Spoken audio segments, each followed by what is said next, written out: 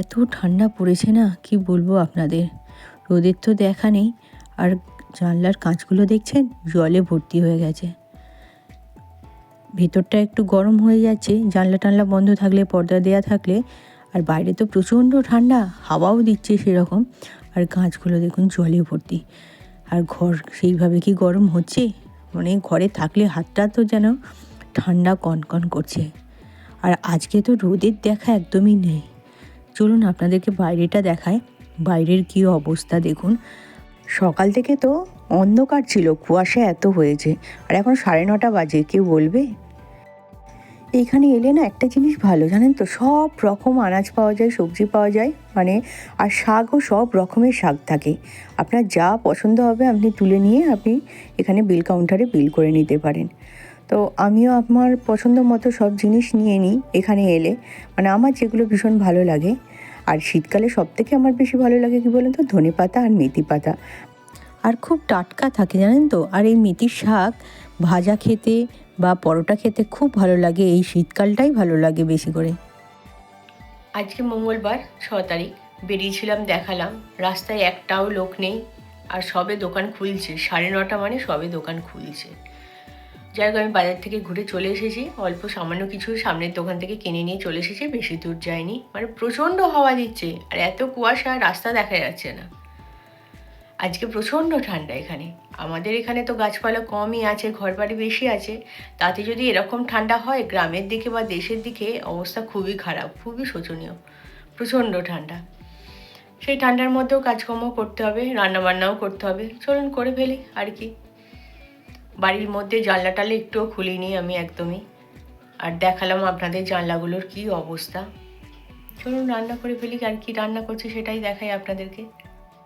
শীতকালে একটা জিনিস খুব ভালো, সব রকমের সবজি পাওয়া যায়, বিভিন্ন ধরনের, বিট, গাজর, যা খুঁজবেন বাজারে, কড়াইশুঁটি, নতুন আলু, তার নানান ধরনের কিন্তু সবজি পাওয়া যায়। আর এই সবজি দিয়ে ডাল খেতে বেশ ভালো লাগে, খিচুড়িও ভালো লাগে এই সময় খেতে। আজকে সেই জন্য মটরশুঁটি দিইনি, আজকে আমি পেঁপে দিয়ে আর ধনেপাতা দিয়ে ডাল করে নিয়েছি। করিনি, সেদ্ধ করে রেখে দিয়েছি আর কি। আর এদিকে তো ভাতটা বসিয়ে দিয়েছি, আর একটুখানি টিফিন করে নেবো জানেন তো। আর এই সময় কি হয়, যে কোনো সবজি যেভাবে আপনি রান্না করবেন তাতেই ভীষণ ভালো লাগে। আজকে টিফিনের জন্য বানাবো আমি গোলা রুটিই বলতে পারেন, পরোটা বলতে পারেন, যার যেটা মনে হয় সেটাই বলতে পারেন। তো আমরা এইভাবে বানাই, খেতেও ভীষণ টেস্ট হয়। আজকে আটার ময়দা নিয়ে নিয়েছি, আর তার সাথে আলু আর গাজরকে গ্রেট করে নিয়েছি, আর পেঁয়াজ দিয়েছি, আর দিয়েছি জিরেকে রোস্ট করে, তার সাথে কাঁচা লঙ্কাও আছে। আর এই নুন আর মিষ্টি সেটা তো দিতেই হবে। আর এইগুলো এত সুন্দর খেতে হয় না, কি বলবো। আর খুব অল্প তেল দিয়ে হয়, বেশি তেলও লাগে না। একটা পিঠ হয়ে গেলে আর একটা পিঠ উল্টে দিলে একটুখানি 5 মিনিট মতো সময় লাগে, আর খুব ভালো হয়, একটা টেস্টি খাবার, আর খুব চটজলদি টেস্টি খাবার। আমরা মাঝে মধ্যেই এই শীতকালে এই টিফিনে খেয়ে থাকি। আর এত নরম হয় কি বলবো, প্রচণ্ড নরম হয়, মানে অনেকক্ষণ যদি আপনি রেখেও দেন শক্ত হয়ে যায় না, খুব নরম হয়। আর কোনো তরকারি লাগে না জানেন তো, এটার সাথে যে কোনো চাটনি, আচার বা টমেটো সস দিয়েও খাওয়া যায়। আজকে আপনাদের দেখাবো কতটা কম তেলে ছানার কোপ্তা ভাজবো আমি। চেষ্টা করছি জানেন তো, খুব কম তেলে রান্না করার, খুব কম তেল খাওয়ার।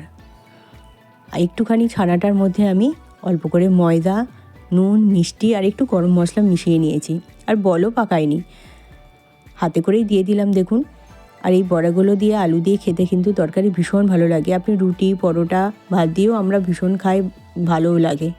অল্প গরম মশলা দিয়ে দিয়েছি, আর আলুগুলোকে ছোটো ছোটো কেটে টমেটো দিয়ে একটুখানি নাড়াচাড়া করব। তারপরে আদাটাকে গ্রেট করে নিয়ে অল্প একটু আদা দেব।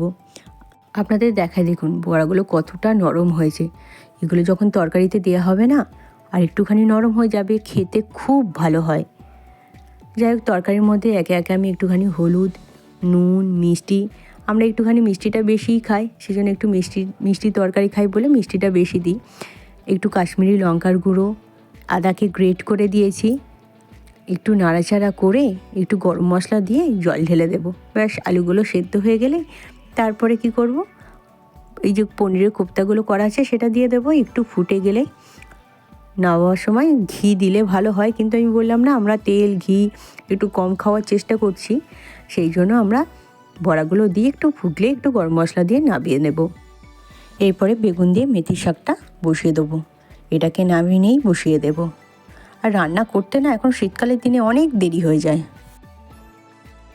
এই কম্বলটা কদিন ধরেই বের করব ভাবছি, আর আজকে বেরই করে ফেললাম। এটা যখন ওয়াশ করে আনা হয়েছিল তখন এই প্যাকেটের মধ্যেই মোড়া ছিল, সেই প্যাকেটের মধ্যে মোড়া অবস্থাতেই রেখে দিয়েছি। আর যেহেতু প্রত্যেক বছর এরকম ঠান্ডা পড়ে না, সেই জন্য বেরও করা হয় না, এবছর বার করতে বাধ্য হলাম। রাত্রির 12টা মতো বেজে গেছে এখন, তো অনেকটাই দেরি হয়ে গেছে আর ঠান্ডাটাও খুব পড়েছে। আজকের ভিডিওটা এখানেই রাখছি, পরে আবার দেখা হচ্ছে আপনাদের সাথে। আর যারা ঠান্ডা উপভোগ করছেন খুব ভালো করে উপভোগ করুন, মনের আনন্দেতে থাকুন। এখনও এক সপ্তাহ এরকম ঠান্ডাই থাকবে, মানে আমাদের এখানে প্রায় এখন 10 কেন 9 হয়ে যাবে এখন, প্রচণ্ড ঠান্ডা প্রচণ্ড। আর এটা 11 তারিখ পর্যন্ত থাকবে বলেছে, 12 তারিখ থেকে অল্প একটুখানি তাপমাত্রা বাড়বে, তবে 11 তারিখ পর্যন্ত এখন থাকছে এই ঠান্ডাটা। তাহলে সবাই ভালো থাকুন, সুস্থ থাকুন, আজকের ভিডিওটা এখানেই রাখি। শুভরাত্রি।